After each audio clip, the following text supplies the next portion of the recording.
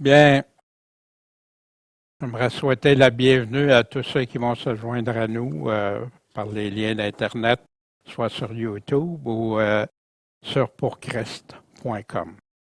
Soyez les bienvenus. Bien, aujourd'hui, on va retourner en arrière. J'avais fait une parenthèse pour les versions de Bible. On avait vu les prophéties, comment étudier les prophéties, hein, toujours dans des marches, comment lire et comprendre la Bible. Et j'avais fait la partie 1, mais sans, j'ai dit plus tard, on fera la partie 2. Et on est à cette deuxième partie de lire et comprendre les prophéties.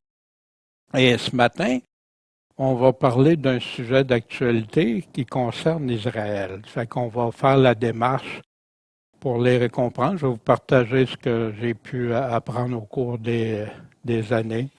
Pour moi, les prophéties ont été déterminantes dans ma conversion pour me prouver que Dieu, ce qu'il disait, ça arrivait, autant les passés, les présents, puis bien sûr par la suite les futurs.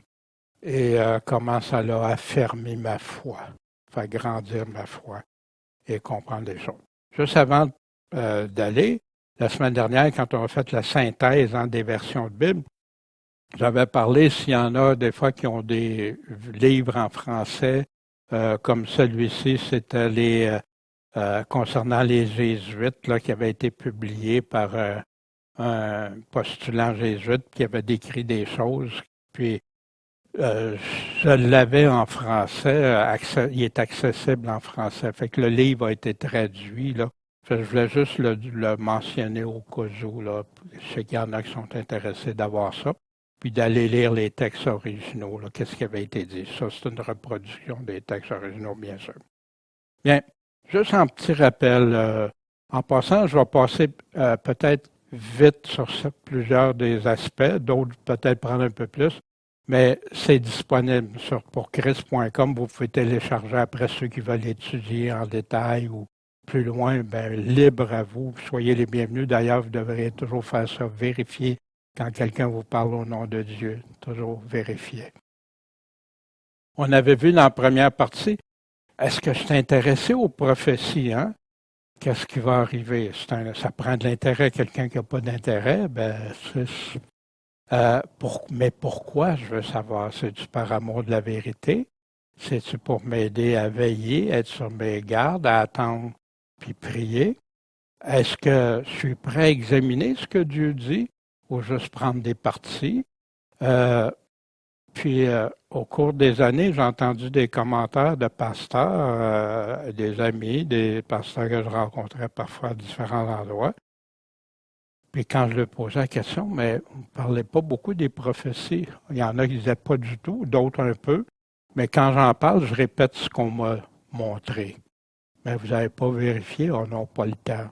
Plein d'autres choses à faire, puis tout ça. Pourtant, il y en a qui disent c'est trop compliqué. Il y en a d'autres qui vont même dire, ben non, dans l'Apocalypse, il y a des paroles qui contredisent l'Évangile. Quoi? C'est une très mauvaise connaissance, soit de l'Évangile ou de l'Apocalypse. Mais tout ça, ceux qui pensent que c'est une perte de temps, Jésus nous dit, heureux celui qui lit, ceux qui écoutent les paroles puis qui gardent les choses qui sont écrites parce que le temps est proche. Si les dirigeants et les pasteurs d'Israël, quand Jésus est venu, auraient mieux compris ou accepté les prophéties que Dieu leur avait laissées dans l'Ancien Testament, ils auraient cru au Seigneur Jésus-Christ au lieu de le faire crucifier. Mais la même chose pour certains chrétiens aujourd'hui qui rejettent les prophéties. C'est triste vraiment. On avait vu aussi, c'est quoi les prophéties ou prophétiser? C'est annoncer les paroles de Dieu concernant les choses à venir. Fait autant quand tu parles, Jésus va revenir, autant quand tu parles, il va y avoir un jugement, autant quand tu parles, tu peux aller dans Nouvelle-Jérusalem ou à la perdition, dans la GN. Mais tout ça, tu parles des choses à venir. Fait qui est prophète, c'est ceux qui parlent de ce que Dieu annonce. Puis les prophètes dans l'Ancien Testament, ben, ils ne donnaient pas tous l'avenir, sauf quand ils disaient si vous ne vous repentez pas, si vous ne faites pas ça, ben voici qu'est-ce qui va arriver. Ça contient des avertissements, des promesses, des précisions, des points de repère, des preuves concrètes, des confirmations, des conséquences. Ça parle d'espérance. Les prophéties contiennent tout ça. Imaginez quelqu'un qui dit « j'en veux pas de tout ça ». Ou certains vont dire « mais moi j'aime juste les promesses ».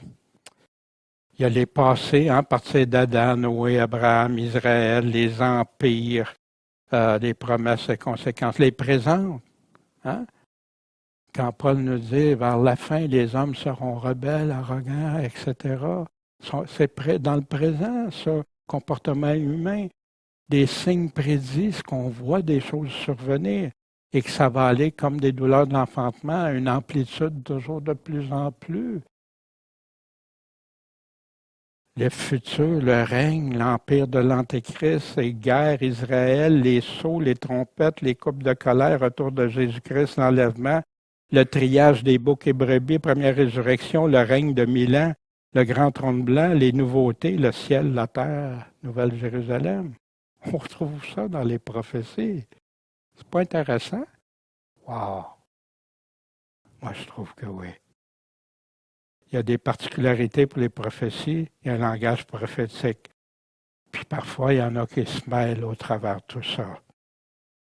Je le sais, je me suis déjà bien mêlé avec des prophéties, surtout parce que j'écoutais un dire une affaire, l'autre un autre, l'autre un autre. Mais le langage prophétique, Dieu utilise beaucoup d'images, de symboles ou de paraboles, des exemples tout simplement. Il en utilise plein, mais des gens, des fois, prennent l'exemple puis extrapolent avec ça. Jésus nous a parlé avec des paraboles très simples, souvent que les gens ont compliquées pour dire n'importe quoi. Mais dans les prophéties, Dieu utilise des images, des symboles. Ils ont toutes une signification concrète, toute simple. Puis il utilise des images frappantes, inoubliables. Comme quand il parle de bêtes, c'est quoi? Un empire, des royaumes, un roi. Ça prend quelqu'un pour diriger l'empire. L'empire est sur le roi, puis le roi s'en... Non, il n'y a pas d'empire. Des chevaux, hein? De la puissance, c'est des puissances. Des femmes, quand on parle, exemple, dans l'Apocalypse, des églises, des organisations, Israël. Oui, c'est le mot. Des chandeliers qui portent la lumière, les églises, l'épouse, l'Assemblée de Jésus-Christ, la Nouvelle Jérusalem, le temps des périodes, des années, mois, jours, hein, etc. Le dragon, serpent ancien, hein? On sait c'est qui, hein? Parce que la Bible nous le dit clairement, c'est qui. L'épée, une épée, parole de Dieu, Dieu parle, ça arrive. Parfois, il y a le mot « comme » que les gens oublient. Ils passent par-dessus ça, ils voient des sauterelles. Ben, Jean, il décrivait dans son temps la forme, les choses avec les mots qu'il connaissait. Comment vous auriez appelé un ordinateur? Comment Jean aurait appelé un ordinateur, un avion, un hélicoptère ou quoi que ce soit? Mais il faut faire attention à ça. La grande majorité se retrouve ailleurs dans la Bible ou soit dans le même livre. Les exemples qui sont donnés se retrouvent. Il y en a plein. Exemple, quand il nous dit le mystère des 7 étoiles, c'est qui? Et c'est qui les 7 chandeliers qui sont les 7 églises? Quand il te donne plein d'exemples qui te confirment. Si tu laisses juste la Bible te répondre, tu n'auras pas de problème. Plein de parallèles, hein? Dans le même livre, hein? Babylone, il en parle dans Daniel 2, Daniel 7, Daniel 8, les Mèdes, les Perses, etc. Ça se répète dans les livres prophétiques, il y a toujours des répétitions. Ça se répète. Là, il y en a qui pensaient toutes des choses différentes. Non, c'est la même chose. Hein? On a des thèmes, exemple, encore dans Daniel, on avait vu ça. Puis des parallèles ailleurs dans le Nouveau Testament, puis tout ça. Mais tout ça, ça se répète.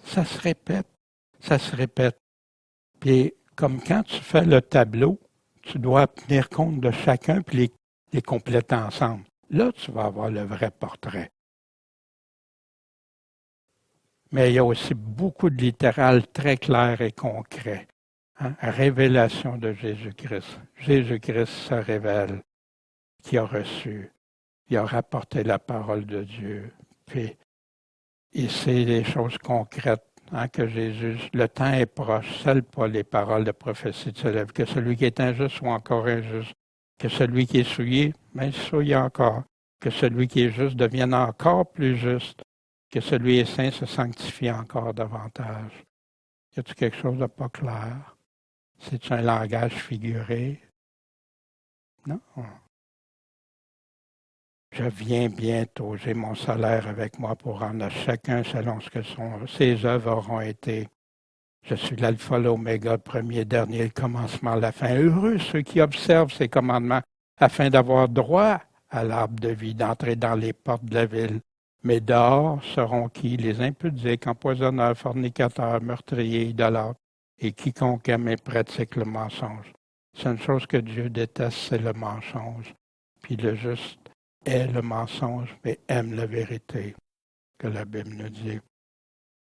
Puis plein de discours clairs, hein, simples dans Matthieu 24, Marc 13, Luc 17, 21, qui nous parlent des temps de la fin.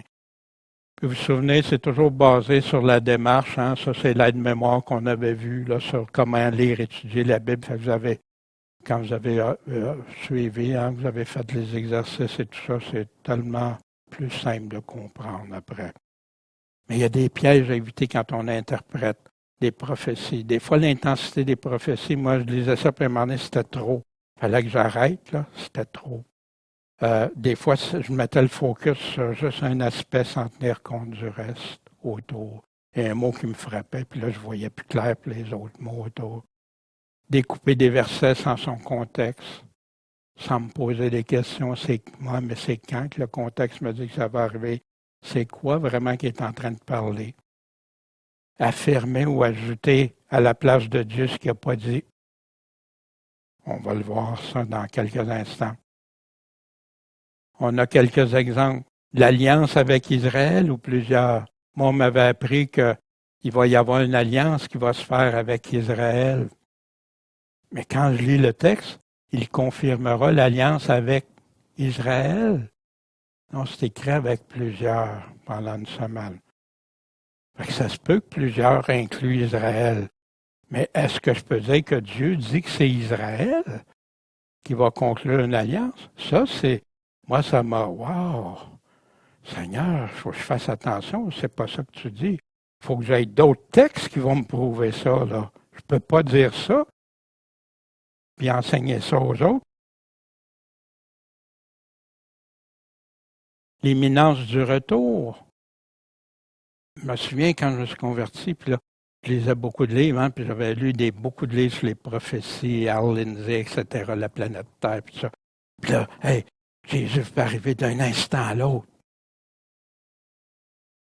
Oui, Jésus va arriver soudainement, mais pas avant les choses qu'il nous a dit. C'est à partir des choses qu'il nous a dit qu'après, ça peut arriver soudainement. Quand vous verrez ces choses, pas avant. Tu ne connais pas le jour ni l'heure, mais tu connais le temps, tu connais la saison. Redressez vos têtes. 2 Thessaloniciens nous dit que tu ne peux pas, qu'avant l'avènement du Seigneur, puis notre réunion, notre enlèvement avec lui, il faut avant, ne pas se laisser séduire, avant, il faut qu'on ait vu. Il y a l'apostasie, l'abandon de la foi, puis celui qui se prétend Dieu s'asseoir dans le temple. On a vu ça? Pourtant, Paul dit que c'est avant la réunion. Avant notre... Parce que pourtant, moi, j'ai entendu aussi souvent l'enlèvement avant, qui vient de John Darby. L'Église n'a jamais cru ça avant. C'est assez récent, ça. J'avais appris aussi qu'Israël, devenu une nation, après 1000 ans, près de 2000 ans de disparition. Hein? Israël, en 70, a été pas détruite, mais la ville de Jérusalem, mais les Juifs ont été dispersés, tout ça. Puis la nation est disparue comme telle. Puis là, bien sûr, tu as une prophétie. Un pays est-il enfanté en un jour ou une nation naît-elle en une seule fois? Question enfante ses fils aussitôt qu'elle a été en travail, hein, dans Isaïe, c'est une belle prophétie. Puis oui, Israël est redevenu une nation, mais c'est où que c'est écrit que ça va déclencher, que ça va déclencher la même génération du retour de Jésus? On me disait dans 20 ans, là, 1948, dans 20 ans. Après ça, dans 40 ans. Après ça, il commençait. Mais tu m'as dit ça, j'ai compris ça, j'ai répété ça. Puis pourquoi qu'il y a tant de moqueurs aussi? Ah, ben oui, Jésus revient. Pourquoi vous pensez? Parce qu'on peut tout se faire prendre au piège puis affirmer des choses. Le texte ne dit pas que ça va être exactement dans la génération de Jésus.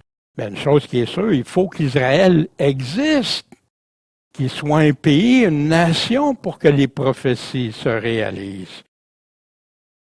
Puis il y a plein d'affaires comme ça. Souvenez-vous de Jean, dans Jean 21, quand Pierre demande, lui, qu'est-ce qui va y arriver après que Jésus il a dit, toi, on va t'attacher puis on va t'emmener où tu veux pas, hein? Puis à partir de si je veux qu'il demeure jusqu'à ce que je vienne, que t'importe? Toi, suis-moi. L'important, la priorité, toi, suis-moi. Puis que ça te dérange, ça serait ça. Mais pour en arriver que des apôtres ont affirmé que Jean ne mourrait pas avant l'avènement, qu'est-ce qui s'est passé? Juste un petit mot de 2 lettres qui ont passé par-dessus. Leur idée était focusée sur wow, il va rester en vie. Jésus a dit qu'il resterait en vie jusqu'à son retour, son avènement. Si je veux. Jésus n'a pas choisi ça, à moins que Jean se rende quelque part qu'on ne connaîtrait pas. Si je veux qu'il demeure jusqu'à ce que je vienne. Fait que c'est un petit mot de 2 lettres qui change tout.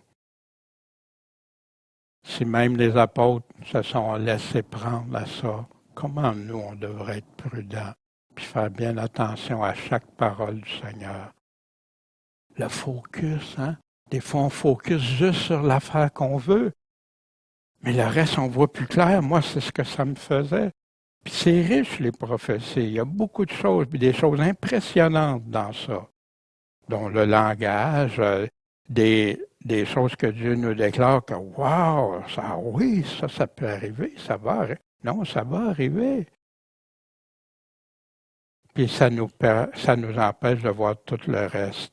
Puis des fois, on ne voit plus le contexte autour. Puis des fois, on isole des versets ou même des mots.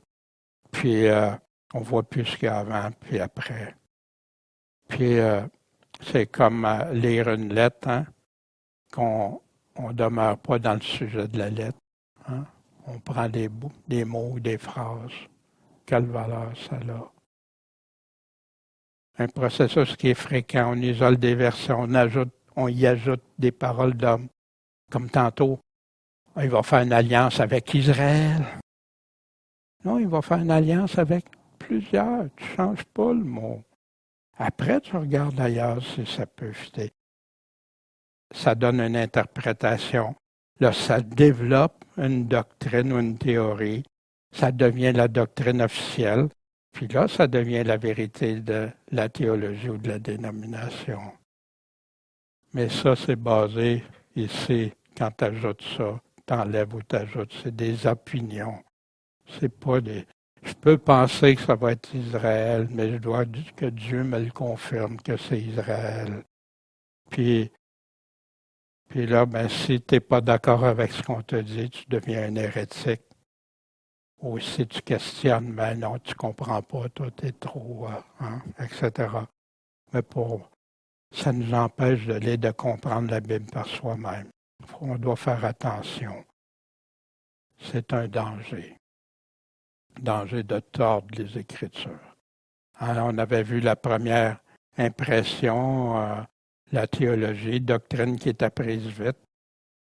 Souvent, on nous enseigne une doctrine en même temps qu'on nous enseigne, mais une doctrine qui vient pas de Jésus. C'est pas Jésus qui l'a dit aux ses apôtres. On dit que la Bible est la seule autorité, mais non, pour plusieurs, tu as la Bible, mais les paroles d'hommes qui viennent avec, qui doivent s'inscrire. Puis on vient qu'on est pris dans un sillon, toujours le même sillon, on n'est plus capable d'aller avant sur le disque, ni après sur le disque. Et aujourd'hui, finalement, on arrive à ça. Tout ça, une longue présentation, hein? Mais c'était dur de ne pas faire une présentation de ce qu'on a vu, des parties de ce qu'on a vu. Je vous invite à aller voir la partie 1 si vous n'en souvenez pas ou si vous ne l'avez pas vu. Comment comprendre, comment savoir? Et j'ai choisi Israël, hein, comme j'avais dit. Ce qui va être important quand on étudie, c'est de définir Israël, quelle est son origine. On trouve ça dans Genèse. Un homme selon les promesses de Dieu. Puis après, il a dit ta descendance, puis etc. Il y a d'autres appellations bibliques, Jacob, hein, ou la maison de Jacob, Jérusalem, qui va aller avec souvent. On doit rechercher ça dans la Bible, rechercher les parallèles. Quels autres passages qui parlent du même sujet? Pas isoler les versets les uns des autres. Puis répondre aux questions pertinentes. Qui parle ou à qui ça s'adresse? C'est-tu à Israël ou si c'est aux chrétiens ou à d'autres ou à des peuples? Hein? La Bible va nous parler de beaucoup de peuples qu'on voit encore aujourd'hui autour au Moyen-Orient. Les questions clés, de quoi il parle vraiment? C'est pour quand ou quand ça a été dit? Pour quel endroit? Comment ça va se dérouler? Pourquoi ça va arriver? Des fois, le texte nous le dit, avant, après, plus loin. Combien, quelle ampleur ça a, ou combien d'années, combien de temps? Puis ensuite, on le compare avec les autres passages reliés parallèles. Puis, considérer les faits historiques. C'est-tu déjà arrivé, ça, ou à venir? Comme exemple, l'abomination de Daniel. Mais il y en a qui vont dans Daniel puis ils disent ben ça, c'est quand il y a eu le sacrilège dans le temple. C'est avant Jésus, mais Jésus ne parle pas de ça. Il parle de ce qui s'en vient, qui va avenir, pas au passé. Fait, hein, comme David, le psaume 119 qui établit bien comment la parole de Dieu. J'élèverai mes mains vers tes commandements que j'aime. Je m'entretiendrai de tes statuts. C'est ça, méditer la parole. Mes yeux préviennent les veilles de la nuit pour méditer ta parole. Puis comment on peut le faire? En se posant les mêmes questions que Jésus a souvent utilisées avec ses apôtres. Les questions clés toutes simples. Des mots clés, il y a des mots qui ressortent. Des mots surligneurs qui mettent l'emphase sur le texte qu'on lit. Les temps de verbe, les temps d'adverbe. Et pour comprendre les prophéties concernant Israël, je crois que le meilleur endroit que, pour ma part, j'ai trouvé, c'est débuter par les paroles simples et claires du Maître même, de Jésus-Christ, qui nous déclare ce qui va arriver à Israël, puis même comment y réagir. On trouve ça dans Luc 21. Jésus parle de Jérusalem, également dans Matthieu 24, Marc 13, qu'on va voir. Il va parler de la Judée, de l'abomination, de la grande persécution, tribulation. Voici dans Luc 21, malheur aux femmes enceintes et à celles qui allaiteront dans ces jours-là. Pourquoi? Parce qu'il va y avoir une grande calamité sur ce pays. De quel pays? Israël. Et de la colère contre ce peuple. Quel peuple? Israël. Ils tomberont sur le tranchant de l'épée, ils seront menés captifs parmi toutes les nations. Et Jérusalem sera foulée par les nations jusqu'à ce que le temps des nations soit accompli. Mais moi, on m'avait dit, mais ça, c'est en 70 que c'est arrivé. Non, parce que Jésus rattache tout ça, le camp, dans la même génération. Fait que la même génération y est revenue. Son avènement est là. Il y a de quoi, parce que Jésus dit toutes ces choses doivent arriver dans la même génération. Également, l'Ancien Testament est rempli d'informations, de précisions, ce que Dieu a déclaré d'avance. La Genèse, les psaumes, Ésaïe, Jérémie, Ézéchiel, Daniel, Zacharie, Osée, Sophonie, etc., parlent pratiquement tous d'Israël. Il y en a qui disent Israël, c'est fini. Tu as des dénominations qui disent Israël, c'est fini, Dieu n'a plus rien à faire avec eux autres. Ah ouais? Combien de paroles de Jésus qu'il faut que tu supprimes pour dire ça? Non, il y a l'Église, oui, mais il y a Israël. L'Église est un témoin de Dieu. Israël est un témoin de Dieu. Puis Dieu lui-même le dit. Puis, je crois que c'est la meilleure façon d'aller dans Luc 21, puis rattacher les autres passages avec, pour avoir des paroles simples, claires, à la portée de tous. On doit considérer les faits historiques. Israël est attaqué depuis quand? Depuis sa création. Dans l'Ancien Testament, le Nouveau Testament, c'est rempli. Les Philistins, Babylone, l'Empire perse, qui est l'Iran. Mais ça, c'est des empires que Daniel avait prophétisé aussi, la Grèce, Rome, même dans le temps de Jésus, puis après jusqu'à l'an 300. Les croisades de l'Église catholique romaine contre les chrétiens, les musulmans, Hitler. Aujourd'hui, Iran, la Perse, la Libye, la Russie, puis d'autres qui sont avec eux. Là. Je dis, ouais, tu affirmes ça, on va le voir, qu'est-ce que Dieu dit. Tout a été tenté pour les faire disparaître, parce que c'est un témoin de Dieu. Dieu dit, ils vont être là jusqu'à la fin.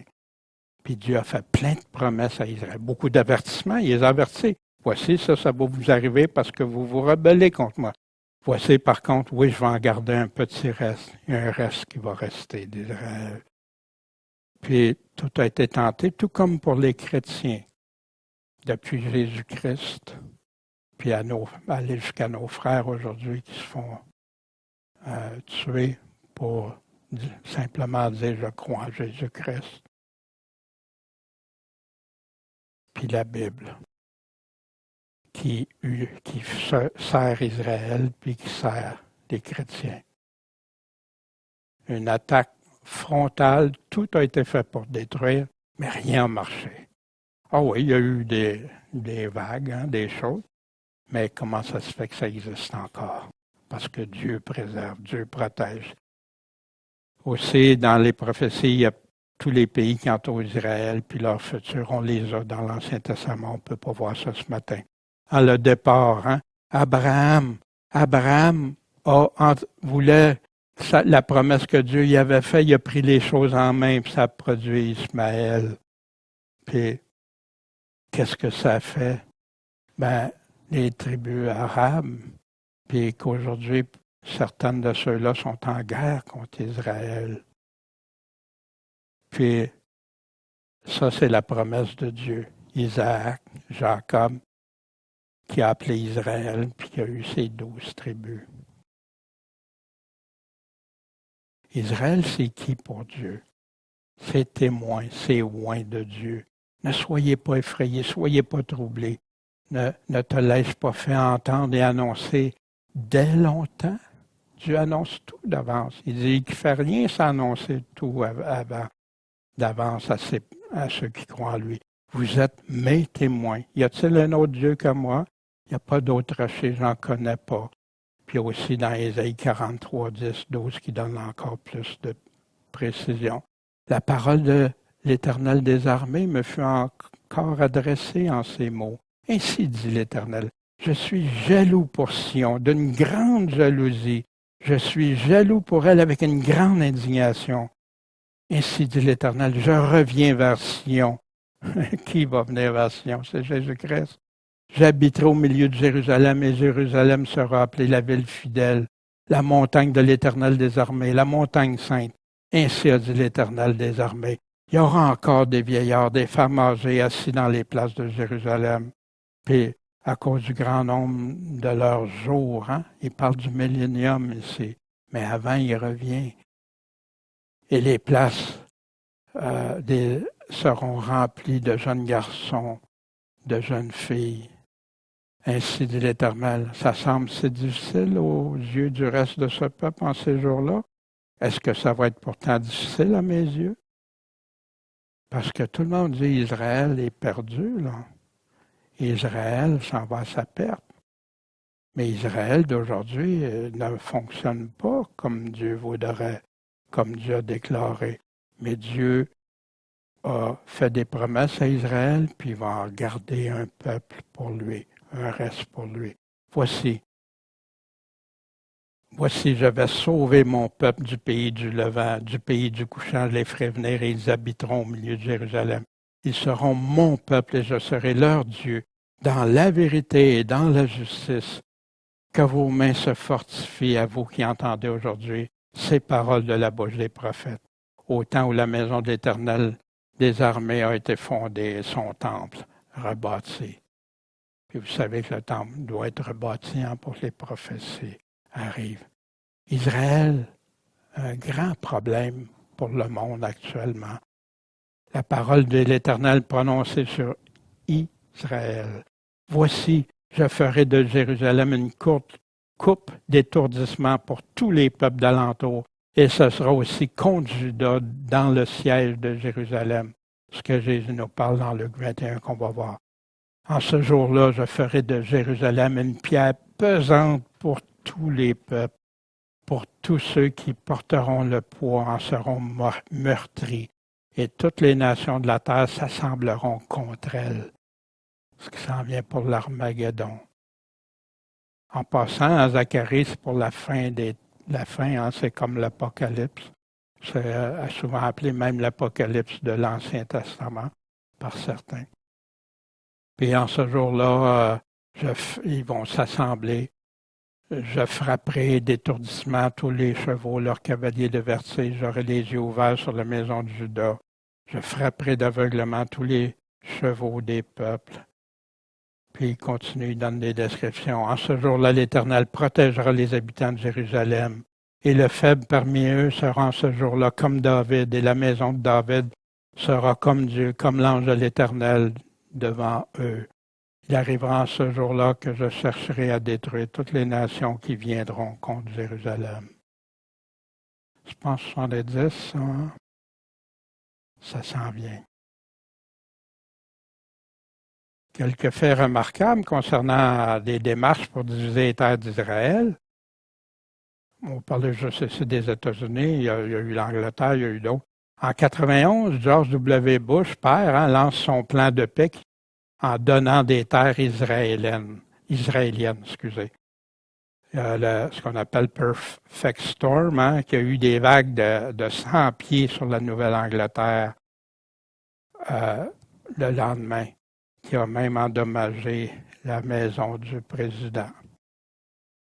Le 23 août 91, encore, il fait des pressions sur Israël pour donner une partie des terres pour la paix.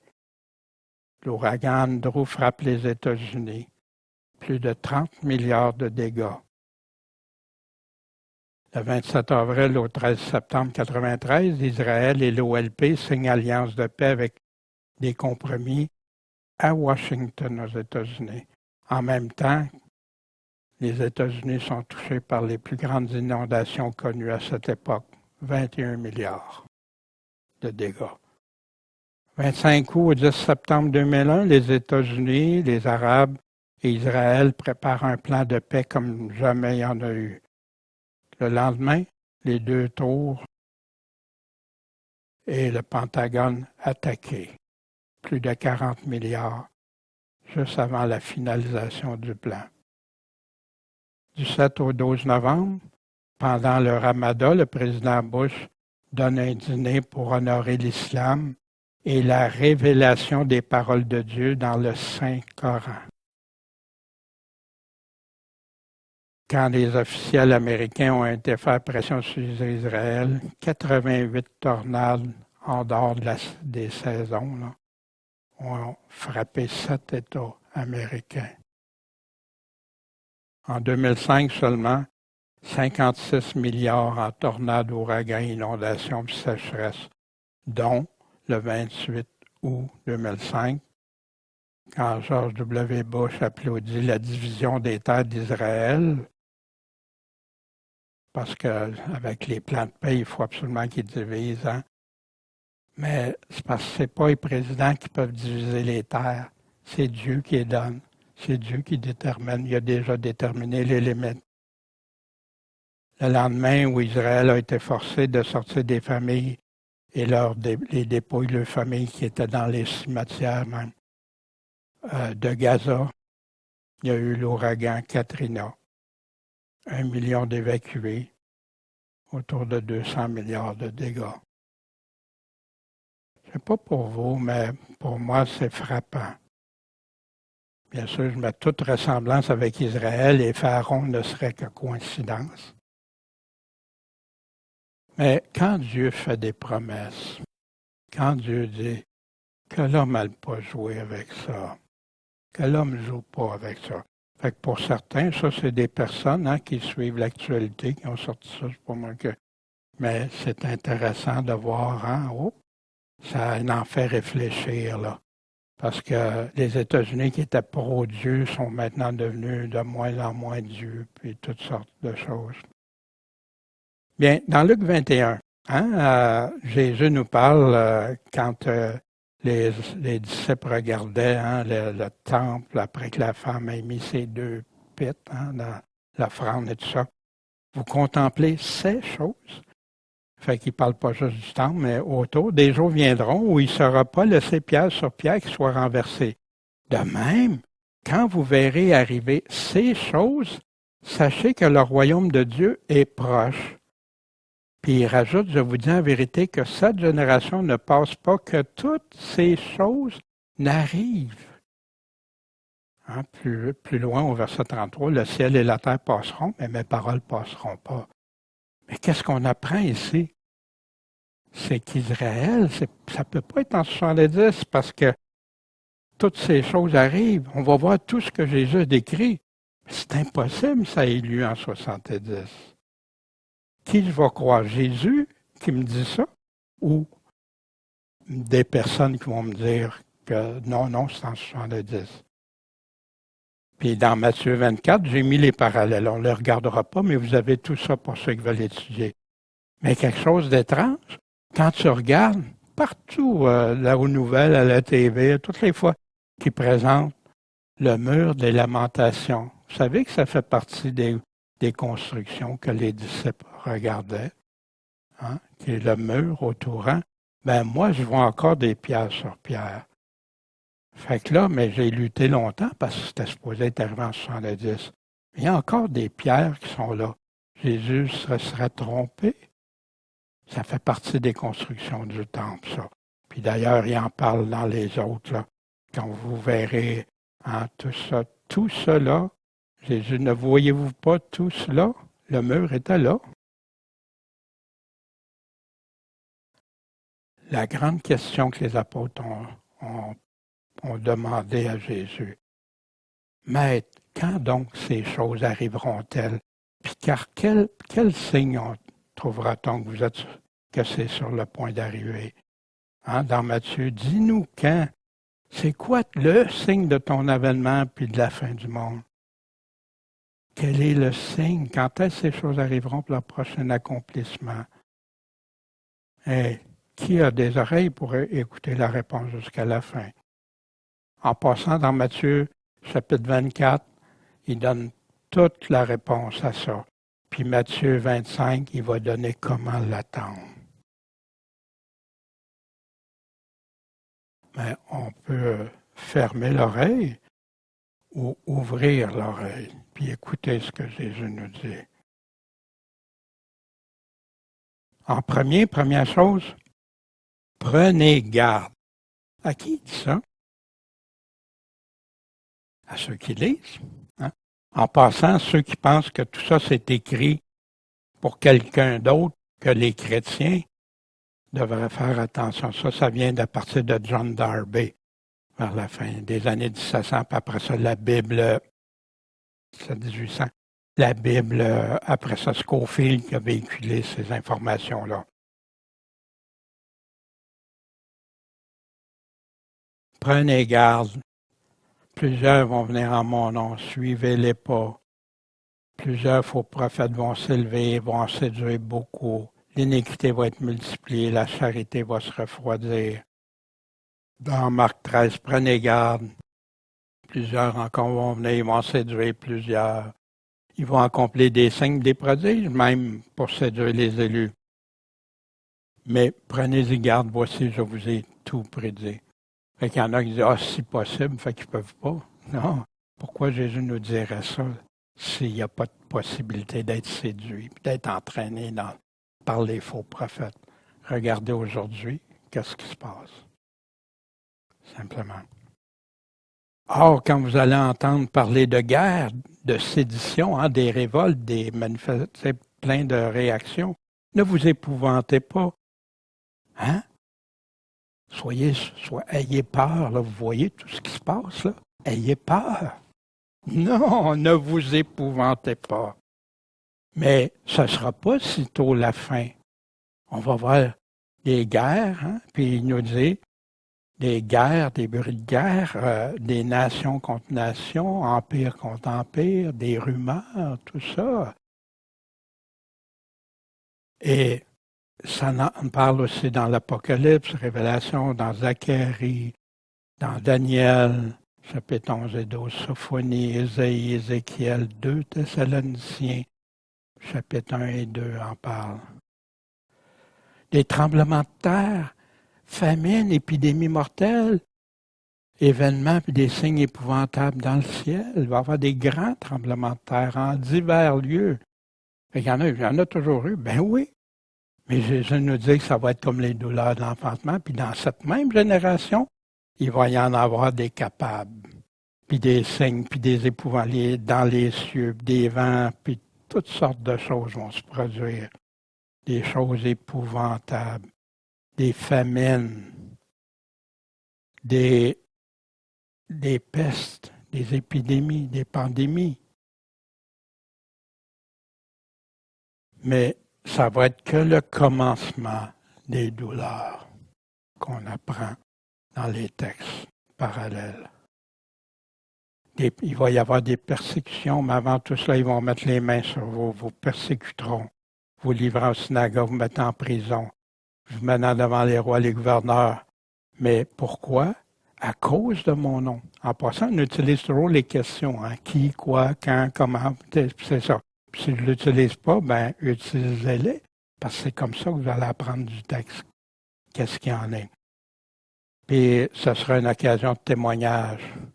Mais savez-vous que ça arrive à nos frères actuellement dans certains pays, ça? Plus de 50 pays qui sont persécutés pour leur foi en Jésus-Christ. Il y en a il y en a que ça va être très grave, moins grave à très grave. Prenez garde. Si les paroles de Jésus ne sont pas pour les chrétiens, parce qu'il y en a qui disent ça c'est pour les Juifs ou pour d'autres qui vont se...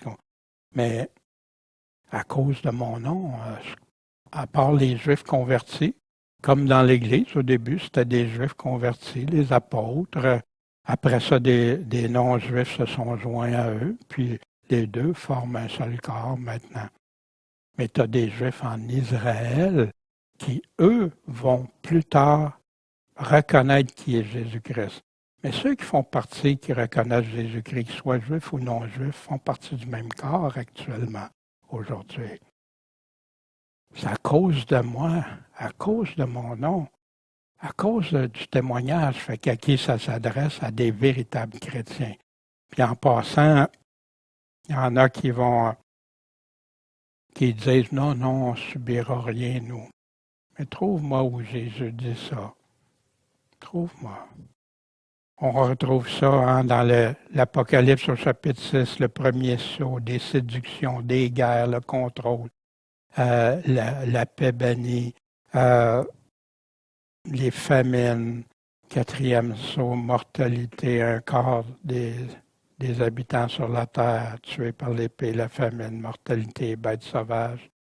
Puis on trouve aussi le cinquième sceau, les martyrs pour la parole de Dieu, pour le témoignage qu'ils avaient maintenu. Puis les frères qui devaient être mis à mort comme eux, d'attendre. Exactement ce que Jésus dit dans Luc 21, Matthieu 24 et Marc 13. Mais pas s'inquiéter, le Saint-Esprit est là. Mettez-vous donc dans l'esprit, pas préméditer votre défense. Vous savez, en passant, il y en a beaucoup qui lisent les prophéties, puis là, pour s'équiper, s'armer, avoir plein d'affaires. Mais est-ce que ça que Jésus nous dit? Non. Ayez confiance. Cherchez d'abord le royaume et sa justice, puis le reste, il va s'en occuper. Où vous voyez, sortez vos carabines et allez vous défendre. Voyons donc. Pourtant, c'est ce qui se passe aux États-Unis, dans des groupes dits chrétiens. Inquiétez-vous pas, je vous donnerai une bouche, une sagesse à laquelle tous vos adversaires ne pourront contredire ni résister. Des fois, on se demande, Seigneur, je veux partager ta parole, mais j'ai pas tout le temps une bonne parole, ça marche pas toujours, il y a toujours quelque chose. Et là, wow, c'est le Saint-Esprit qui va nous inspirer. C'est le Saint-Esprit qui va parler. Wow! Les adversaires, là, ne sont pas de taille avec le Saint-Esprit. Mais vous allez être haïs, trahis. Il va y avoir des chutes, vous serez haïs de tout le monde à cause de mon nom. Si tu es haï de tout le monde parce que tu as un mauvais comportement avec les autres ou tu es criminel ou quoi que ce soit, là, c'est une autre histoire. Mais là, à cause du nom de Jésus, parce que je persévère, parce que j'endure, j'aime mes ennemis, je prie même pour mes ennemis. Wow! Mais vous serez livrés même par vos parents, vos frères, vos proches, vos amis, puis ils vont en faire mourir plusieurs d'entre vous. Mais il ne se perdra pas un cheveu de votre tête. Fait que ça, qu'est-ce qu'il veut dire? Ben parce que Dieu, il peut nous préserver. Puis c'est lui qui a le droit sur la vie et la mort. Puis à la première résurrection, tout va être là. Et encore bien plus. Il nous parle qu'il y en a plusieurs qui vont se scandaliser, se trahir. Avec l'Évangile moderne, tu dis à quelqu'un, ben, crois au Seigneur Jésus, puis tu vas être sauvé. Mais ils ne définissent pas c'est quoi croire. Ils ne définissent pas qu'est-ce que ça veut dire. Non, tu n'as pas d'obligation de le suivre, ça, c'est être légaliste. Obéir, c'est être légaliste, puis tout ça. Mais il y en a plein qui ont entendu l'Évangile dans ce genre-là. Tu fais une prière, puis tu es sauvé. Mais tu ne trouves pas ça dans l'Évangile. C'est pas ça que Jésus nous dit. Oui, on va prier à un moment donné quand on s'aperçoit, puis tout ça. Mais où Jésus me dit, parce que tu as fait une prière, aussi il me dit, repens-toi, convertis-toi, nais de nouveau, marche avec moi. Celui qui ne met pas en pratique, grande va être sa ruine, etc. Beaucoup de gens vont être séduits. Plusieurs faux prophètes vont parler au nom de Dieu.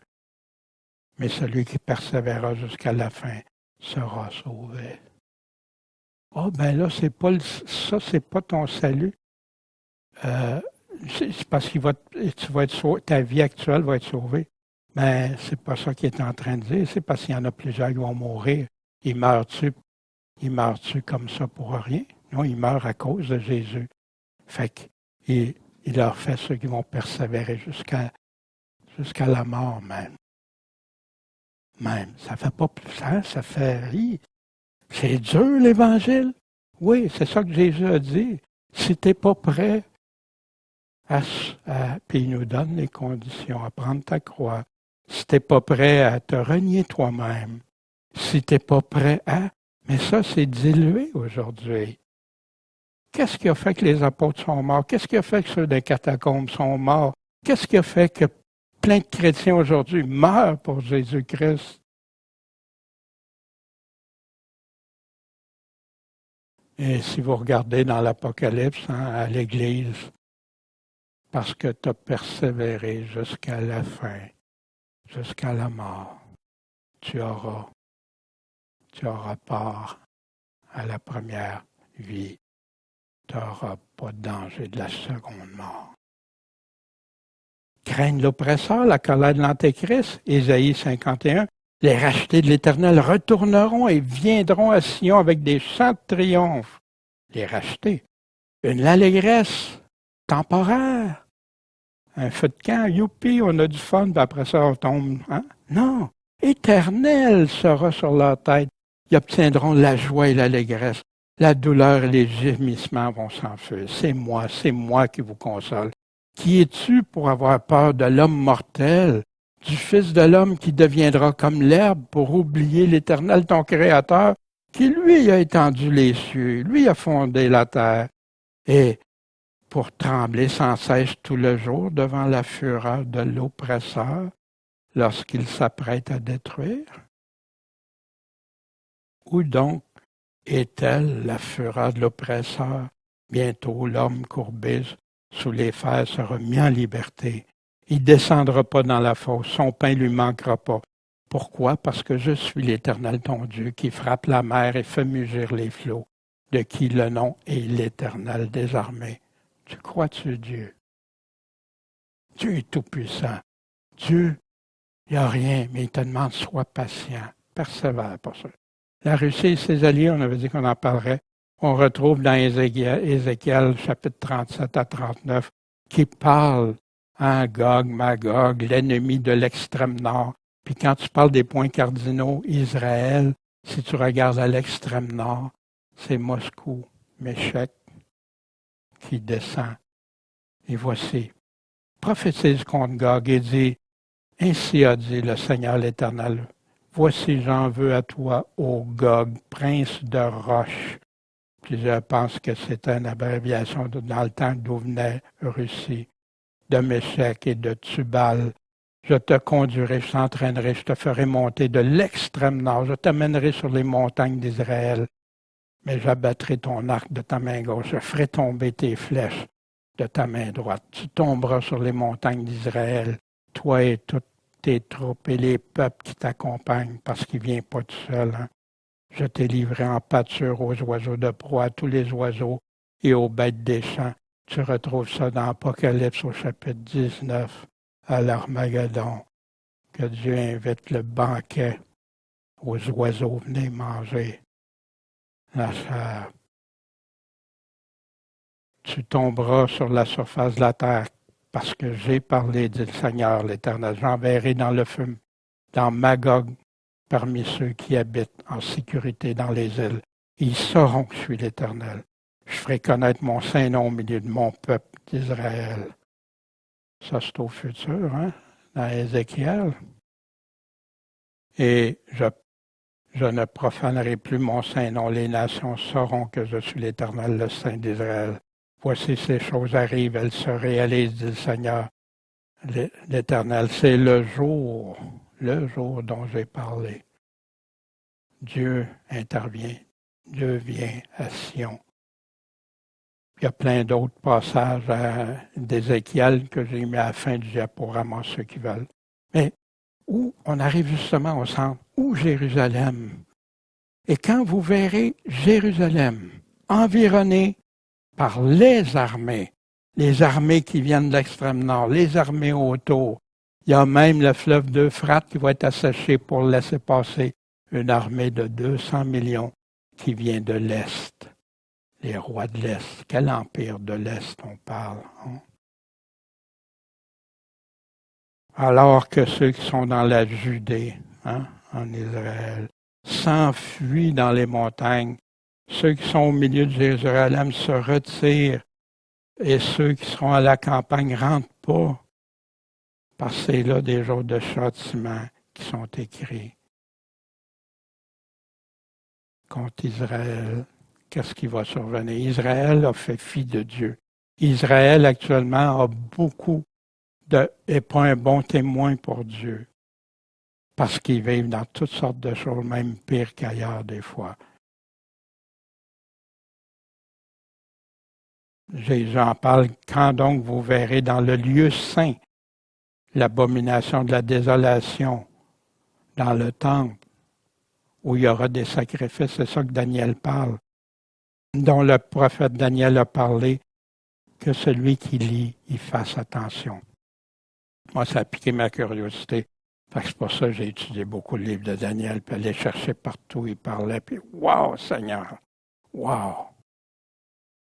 Israël est au cœur de ça. Il en parle aussi dans Marc 13. Hein. Puis bien sûr, l'abomination, on va retrouver ça dans 2 Thessaloniciens au chapitre 2. Il va s'asseoir dans le temple, se proclamer lui-même Dieu. Mais Israël va être purifié. Dans Zacharie encore, il va arriver dans tout le pays de l'Éternel que 2 parties seront retranchées et vont périr. Israël, une grande colère contre ce peuple. Il y a 2 tiers d'Israël qui vont mourir. En passant, je ne sais pas quand, mais on a des signes que Dieu nous laisse pour des points de repère. Quelqu'un qui dit, ça va commencer la semaine prochaine. Non. Ça va commencer dans 10 ans. Non. Ça va commencer dans le plan de Dieu, quand Dieu a dit que ça arriverait. La 3e va y demeurer de reste. Voyez-vous le petit reste? Et je ferai passer cette 3e partie au feu. Le tiers, ils vont passer des épreuves, ils vont être purifiés. C'est ce que Daniel 12 nous dit. Plusieurs vont être purifiés, passer au travers des épreuves. Je les affinerai comme on affine l'argent et je les éprouverai comme on éprouve l'or. La même chose dans l'Apocalypse, à l'Église, achète de moi de l'or éprouvé. Ceux-là invoqueront mon nom et je les exaucerai. Là, il va dire, ça c'est mon peuple, eux autres. Ils diront, l'Éternel est mon Dieu. Puis au chapitre 14 qui continue, voici un jour vient pour l'Éternel, où tes dépouilles seront partagées au milieu de toi. J'assemblerai toutes les nations à Jérusalem pour lui faire la guerre. Et la ville sera prise, les maisons seront pillées, les femmes violées, la moitié de la ville s'en ira en captivité. Fait qu'ils vont être encore, il va y avoir encore des Israélites qui vont être amenés ailleurs. Mais le reste du peuple ne sera pas retranché de la ville. Mais qu'est-ce qui va se produire? L'Éternel va sortir, il va combattre contre ces nations, comme quand il a combattu au jour de la bataille. Ses pieds, comment il va le faire? Ses pieds se poseront quand? Ce jour-là, sur la montagne des Oliviers qui est en face de Jérusalem. Dieu a fini avec Israël puis Jérusalem, comme certains prétendent. Ses pieds à l'Orient, et la montagne des Oliviers se fendra par le milieu. À l'est, l'Orient, et à l'ouest, l'Occident. Il fera une très grande vallée. Puis la moitié de la montagne se retirera vers l'Aquilon ou le nord, et l'autre vers le midi ou le sud. Vous fuirez dans la vallée de mes montagnes, car la vallée des montagnes atteindra jusqu'à Adzal. Vous fuirez comme quand vous êtes enfui devant le tremblement de terre au jour d'Osias, le roi de Juda. Alors l'Éternel, mon Dieu, viendra et tous les saints seront avec toi. Tous ceux, quand la Bible nous dit que Jésus s'en vient, puis juste avant sa grande colère envers, je ne parle pas de la tribulation, la colère de Dieu, les coupes de colère, tout ça. Puis là, ceux qui sont les morts en Christ, premièrement, puis ceux qui vont être encore en vie, seront aller à la rencontre du Seigneur. Puis après, puis ils resteront toujours avec le Seigneur. Après, il s'en vient où, le Seigneur? Sur la terre. Il vient établir le règne, le millénium, le royaume de Dieu. Puis, en ce jour-là, il n'y aura pas de lumière. Les lumières précieuses se retireront. Le soleil, la lune, comme c'est prédit. Juste avant le jour terrible de l'Éternel. Ce sera un jour unique. Il va y avoir juste un connu de l'Éternel. Il sera ni jour ni nuit, mais sur le soir, il y aura de la lumière. Voici la colère, une grande calamité sur ce peuple. Ils vont tomber sous le tranchant de l'épée, menés captifs, Jérusalem foulée par les nations. Fait qu'il y en a qui parlent le temps des nations. Mais le temps des nations ici, c'est les nations qui viennent attaquer Israël, qui sont venues attaquer Israël. C'est fini. Dieu dit, c'est fini les nations qui vont attaquer Israël. Des signes dans les cieux, ébranlés avant qu'ils arrivent. Les luminaires, les lumières. Il y aura des signes dans le soleil, dans la lune, les étoiles, sur la terre. Les peuples seront dans la consternation ne sachant que devenir. Les peuples. Mais les chrétiens, non. Ça, ils nous répètent si souvent de ne pas s'effrayer. La mer et les flots faisaient un grand bruit. Les hommes seront comme rendant l'âme de frayeur dans l'attente des choses qui surviendront dans le monde, parce que les puissances des cieux seront ébranlées. Je retrouve ça encore dans l'Apocalypse puis à d'autres endroits. Aussitôt après la tribulation ou l'affliction de ces jours-là, le soleil, tout ça.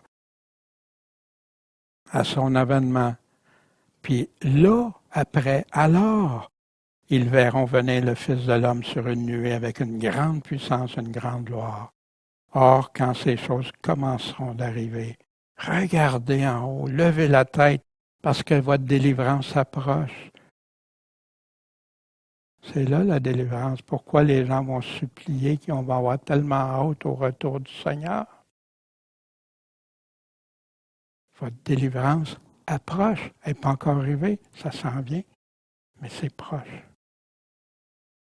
Levez la tête, regardez en haut. Puis, dans Matthieu 24, le signe de l'homme, et alors toutes les tribus de la terre se lamenteront, se frappant la poitrine. Puis elles verront le Fils de l'homme venant sur les nuées avec une grande puissance, une grande gloire. Et alors le Fils de l'homme venir sur des nuées avec une grande puissance, une grande gloire. Jésus détermine le temps pour reconnaître ça. Voyez le figuier et tous les arbres. Fait que moi, on m'avait montré que c'était juste dans Matthieu 24 ou Marc 13, le figuier, c'est Israël.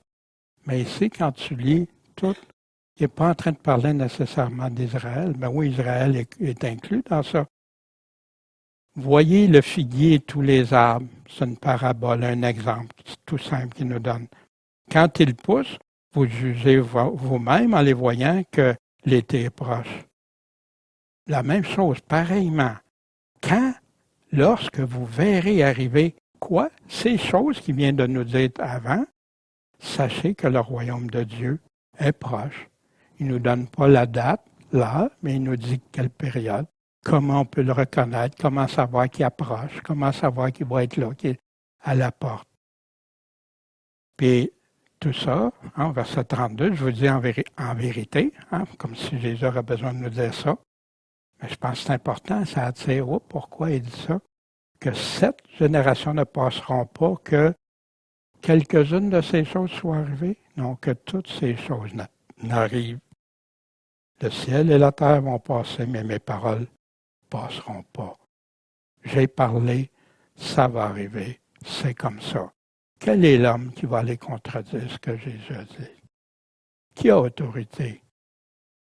Qui va éviter tout ça parce qu'il croit qu'il n'est pas obligé d'écouter ce que Jésus dit ou qu'il peut changer ses paroles? Puis tu l'as dans Matthieu 24, cette génération ne passera pas. En Marc 13 aussi. Des paroles immuables de Jésus, toutes dans la même génération.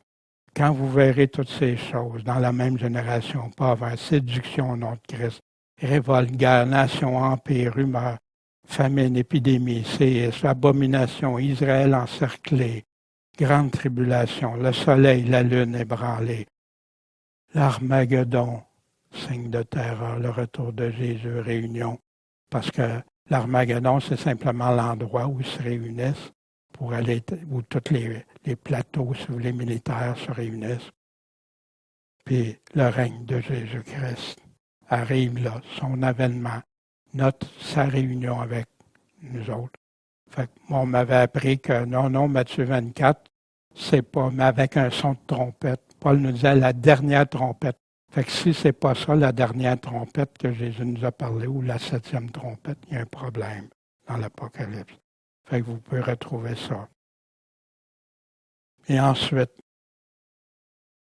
comment un chrétien peut l'attendre pour être jugé digne? Souvenez, on a vu tantôt d'être jugé digne. Ben, Jésus nous dit, on l'a dans Matthieu 24 à 25, reconnaître les signes de la même génération. On ne sait pas la journée ni l'heure. Ça va être comme Noé, l'arche, le déluge. Dieu, avant de déverser sa pleine colère, on ne parle pas de la tribulation, la colère de Dieu, là, La tribulation ne vient pas de Dieu, elle vient du malin. Elle vient de l'Antéchrist, la grande tribulation. Un va être pris, l'autre laissé. Veillez, priez. Comme un voleur, veillez, priez. Serviteur fidèle et infidèle, un va être admis, l'autre va être rejeté. Vierge sage et insensé, il y en a qui vont être accueillis, l'autre, la porte va être fermée. Il n'y a plus de revenir. Dieu a fermé la porte. Insensé, pourquoi? Il ne se préparait pas. Il ne veillait pas à ce que Jésus... C'est ça que Jésus nous dit dans cette parabole-là. Des talents reçus, ce que Dieu t'a donné. Il y en a qui le font fructifier, puis il y en a qui ne portent pas de fruits. Bien, celui qui l'a caché, il va même y enlever, le donner à d'autres, puis envoyer-le dans les ténèbres. Il va y avoir des pleurs et grincements de là. Mais beaucoup n'aiment pas ça parce que ça contredit leur théologie.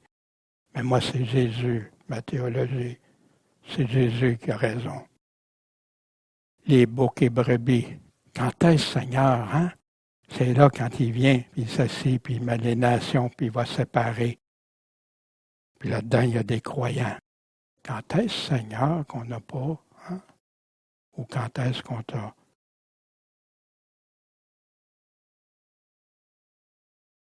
Puis, par la suite, bien, je laisse des paroles d'Ézéchiel, là, ceux qui veulent aller lire ça. Puis, éventuellement, je ferai quelques passages, au lieu de le faire relatif au retour de Jésus, je le ferai pour Israël, puis Jérusalem, à différents endroits qu'on peut lire, aller chercher les places. Bien, je vous remercie de votre attention, mais avant, je vous encourage à aller télécharger les documents. Il y a d'autres documents. Il y a des lettres mémoire pour la Bible. Il y a des documents sur tout ce qu'on a vu, Luc 21, Marc, Matthieu. Vous avez tout ça. Fait que je vous invite à aller regarder, étudier par vous-même, parce que c'est comme ça que notre foi devient ferme, assurée. Parle, Seigneur, parce que ton serviteur écoute. C'est comme ça qu'on grandit dans la foi. Et qu'il n'y a plus rien qui nous ébranle. Ça ne veut pas dire qu'on n'aura pas des appréhensions, des craintes. Non, mais lui s'en occupe. Cherche d'abord son royaume, sa justice. Bon, Père Céleste, merci de tes paroles. Merci qu'on puisse être en pleine confiance, Seigneur, dans ce que tu nous dis. Tu l'as prouvé dans le passé, tu le prouves actuellement avec ce qui arrive. Puis malgré tout ce que les hommes qui rient, qui ont tout essayé pour détruire tout ça, tu es vainqueur. Puis tu veux nous rendre des vainqueurs. Merci, Seigneur. Bénis tous ceux qui vont écouter. Parle à leur cœur, Seigneur. Délivre-leur du tourne-disque comme dans lequel j'étais pris déjà, parce que j'écoutais plus les hommes que toi. Fortifie-les, enlève le crainte, Seigneur. Apaise. Il y a juste toi qui donnes la vraie paix, pas comme le monde la donne, mais comme toi tu la donnes. En ton saint nom, Jésus-Christ. Mon maître, notre maître, mon sauveur, notre sauveur. Seigneur, béni sois-tu. Puis on a hâte à ton retour. Garde-nous, Seigneur, puis on va rester dans ta main. Amen.